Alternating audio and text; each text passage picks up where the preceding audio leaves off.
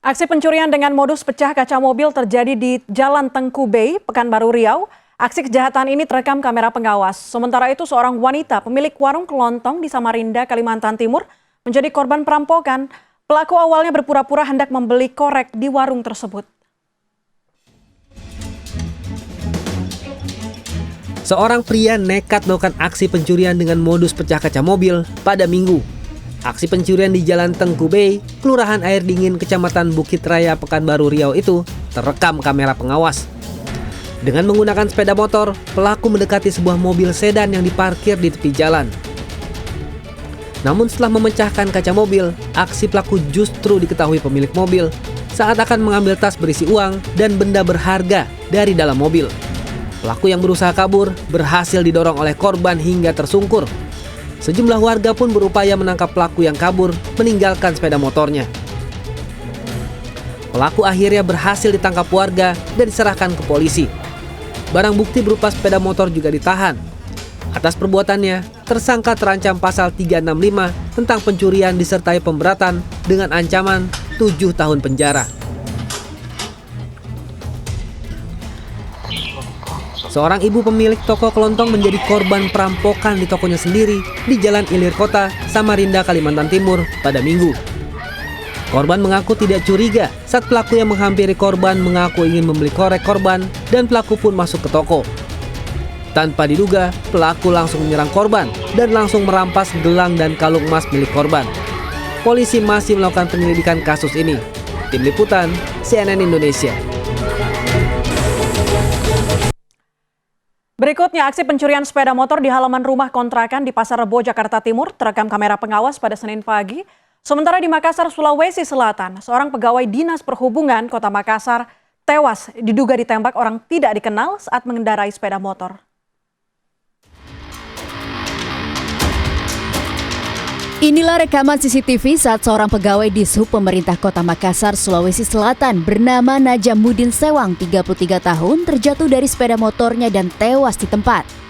Najamuddin diduga ditembak orang tak dikenal di Jalan Danau Tanjung Bunga, Kecamatan Tamalate pada Minggu pagi. Kejadian ini diketahui setelah pihak keluarga korban mendapati lubang seperti luka tembak peluru di bagian punggung jenazah saat diperiksa di rumah duka.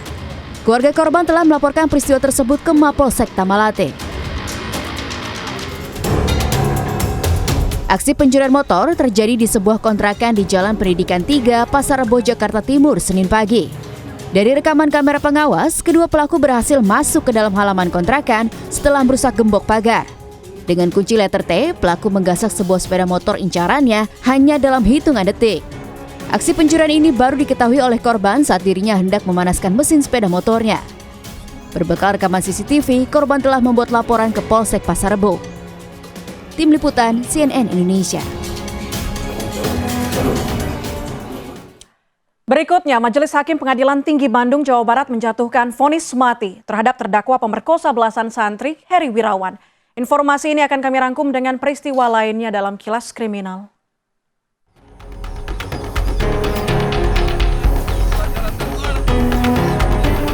Panik karena dikejar petugas Satlantas Polres Sidrap, pelaku balap liar ini nekat kabur hingga ke pematang sawah pada Senin pagi. Namun aksinya ini tidak berjalan mulus lantaran sepeda motornya terjebak lumpur. Alhasil mereka hanya bisa pasrah saat sepeda motornya diangkut petugas ke Mapolres Sidrap. Sebanyak 4 sepeda motor milik pelaku balap liar disita polisi. Para pemilik dijatuhi sanksi tilang dan kendaraannya disita selama 1 bulan sebagai efek jerah.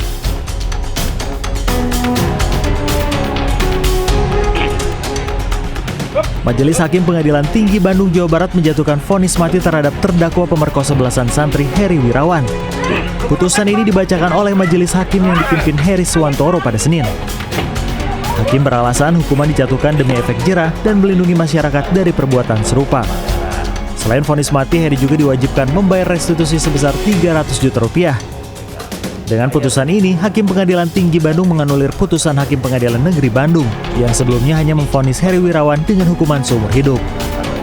Hal-hal yang memberatkan diantaranya akibat perbuatan terdakwa menimbulkan anak-anak dari para korban kurang mendapat perhatian dan kasih sayang dari orang tuanya.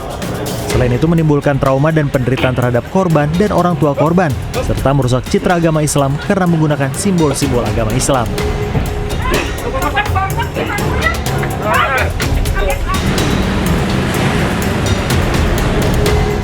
Penyebab kebakaran yang melanda 166 kios souvenir dan kuliner di kawasan Monas, Gambir, Jakarta Pusat pada Kamis 31 Maret terungkap. Senin siang, Polres Metro Jakarta Pusat menangkap WST, tersangka pelaku pembakaran.